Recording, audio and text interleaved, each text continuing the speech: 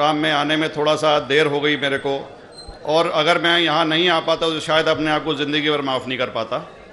आगरा की सरजमी पर आके आपने ये जो रोशनाई जगाई है, ये वाकई में हम तो उस अल्लाह ताला से दुआ करेंगे कि आप जैसे 10-20 और नेक दिल और इतने पढ़े लिखे, इतने इंटेलेक्चुअल आदमी और पैदा करें, जिससे कि जाके आप भारत का कोना कोना, देश का कोना कोना रोशन करें। तहे दिल से स्वागत आपका। मेरा एक छोटा सा सवाल से पहले थोड़ा सा, एक हमारे भी गुरु ग्रंथ साहब के अंदर गुरु नानक साहब ने पूरी दुनिया का चक्कर लगाया, जिसके अंदर मक्का मदीना भी शामिल है। और जैसा कि एक सवाल इससे पहले हो चुका है कि गैर मुस्लिम जो है मक्का मदीना में अलाउड नहीं, या वहाँ का कैंटोनमेंट जो है अलाउ परमिशन नहीं देता। मगर ये तो तय है, आप मानते हैं, इस्लाम मानता है, हम मानते हैं, हमारे ग्रंथों के अंदर दर्ज है। गुरु नानक साहब के 2 चेले थे, एक बाला और एक मर्दाना, एक हिंदू और एक मुस्लिम। मर्दाना की बहुत ख्वाहिश थी कि मुसलमान जब तक पूरा मुसलमान नहीं कहलाने का हकदार, जब तक कि वो काबा का दर्शन ना कराए, तो गुरु नानक साहब उसको लेके और काबा गए। हमारे ग्रंथ के अंदर जो दर्ज है कि जब वो वहाँ पहुँचे, उन दिनों बहुत लंबा ये किस्सा है, 1 साल लगता था, और वो रूट सारा उसका वर्णन है। और वहाँ जब मक्का, जो मस्जिद के बाहर साथ ही एक दीवार थी जहाँ पर के भारत के जो मुसलमान दर्शन करने जाते थे काबा के, वो उनको वहाँ ठहराया जाता था। वहाँ की देखभाल जो करता था वो मुल्ला जीवन करता था। जब गुरु नानक साहब अपने चेलों के साथ में वहाँ पर पड़े थे, तो सुबह जब मुल्ला जीवन वहाँ की सफाई करने के लिए आया, तो उसने देखा गुरु नानक साहब के जो पैर थे वो काबा की तरफ थे। वो गुस्से में चिल्लाया कि ये कौन काफिर है जो कि काबा की तरफ पैर करके पड़ा है, और उसने गुस्से के अंदर आके उनके पैरों को झटका दिया, दूसरी तरफ किया। तो हमारे ग्रंथ के अंदर दर्ज जो किस्सा है उसके अंदर ये है कि काबा भी उस समय हिल गया। जिधर गुरु नानक के पैर जाते थे काबा उधर मुड़ता था। तो वो ज़ोर से चिल्लाया, ये कोई हज़रत है, ये कोई औलिया है। तो उस समय के जो काजी थे मक्का के, काजी रुकनुद्दीन साहब थे, और शाह शरफ, कई हस्तियों के नाम हैं उसमें। तो मैं ये जानना चाहता हूँ कि ये वर्जन को आप मतलब एग्री करते हैं, और करते हैं तो इसका हमारे मुस्लिम ग्रंथों के अंदर किस तरीके से उल्लेख है, ये कृपया बताएं। भाई साहब ने एक सवाल पूछा अपने गुरु ग्रंथ साहिब के मुतालिक, और अल्हम्दुलिल्लाह मैं भी गुरु ग्रंथ साहिब पढ़ चुका हूँ।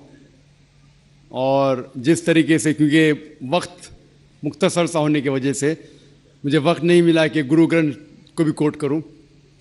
आपका सवाल का जवाब देने के पहले मैं आपसे ज़्यादा चाहूँगा कि इवन गुरु ग्रंथ की किताब पढ़ेंगे आप, ग्रंथ जिसे अधिग्रंथ कहते हैं, और कोई सिख से पूछेंगे कि खुदा का तसव्वुर क्या है, सबसे बेहतरीन जवाब कोई सिख दे सकेगा वो आपको कोट करेंगे जापू जी, जो गुरु ग्रंथ साहिब अधिग्रंथ के सबसे पहले चैप्टर है, सबसे पहला श्लोक, जिसके कहते हैं जापू जी। इसके मानी है कि God is true, he is only one, he is not begotten and is free from fear and want. क्योंकि मैंने अंग्रेजी में पढ़ा हूं इसलिए मैं अंग्रेजी में उसे कह रहा हूं कि खुदा एक ही है, वो हक है, और वो ना किसी को जना है ना किसी को जनेगा, और वो इमॉर्टल है, ना कभी मर सकता है। और इसको सिखिज्म में जो खुदा को कहते हैं Omkara, in manifest form he is Omkara, and unmanifest form he is एक ओमकारा। और कई इसके एट्रीब्यूट्स है, मिसाल के तौर पे परवरदिगार, अकल, और उसे रहीम कहा गया है, Wahe Guru as one God कहा गया है, और it is strictly against idol worship and अवतारवादा। भाई साहब का सवाल था कि उनने ग्रंथ में पढ़ा कि गुरु नानक साहब मक्का के, और उनका पैर काबा की तरफ था, और कोई मौलवी ने पैर को हिलाए और काबा हिल गया। क्योंकि ये age of science and technology है, अगर कोई चीज़ जो किताब हजारों साल पहले लिखी गई है, 10,000 साल या 4,000 साल, तो शायद उसके बारे में हिस्टोरिकल रिकॉर्ड मिलना मुश्किल है। हालांकि इवन जीसस क्राइस्ट के बारे में 2000 साल हिस्टोरिकल रिकॉर्ड है।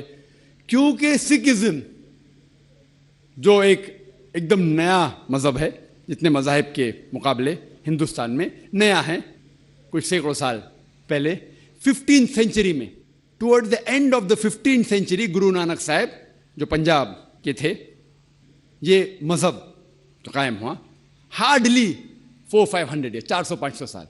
और अगर ये मान लो, सपोज मिसाल के तौर पे मान लो, मैं क्यों कह रहा हूं कि मैं नहीं चाहता हूं किसी को बुरा लगे, मान लो ये सच है, मान लो अगर 400-500 साल पहले अगर ये होता था कि काबा इधर से उधर हिल जाता था, तो हिस्टोरिकल रिकॉर्ड में बिल्कुल लिखा होता था। और कई हिस्टोरिकल रिकॉर्ड में ये नहीं कि काबा हिला इधर उधर, कई हिस्टोरिकल रिकॉर्ड आप देखेंगे। हिस्ट्री इतनी अल्हम्दुलिल्लाह 800-900 साल पहले, 1000 साल पहले जो मुगल ने किए, बिल्कुल लिखा हुआ हिस्टोरिकल रिकॉर्ड में।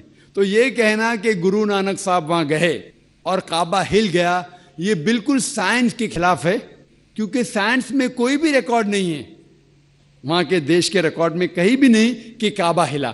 तो इसलिए हम कहते हैं कि हो सकता है ये गलती से किसने लिखा होगा, न कई किस्से कहानी। ये मैं तस्लीम करता हूं कि गुरु ग्रंथ साहिब में कई चीजें सही है, हक की बात है, लेकिन ये तस्लीम करना कि काबा हिल गया, ये बिल्कुल साइंस के भी खिलाफ है, साइंस के खिलाफ है।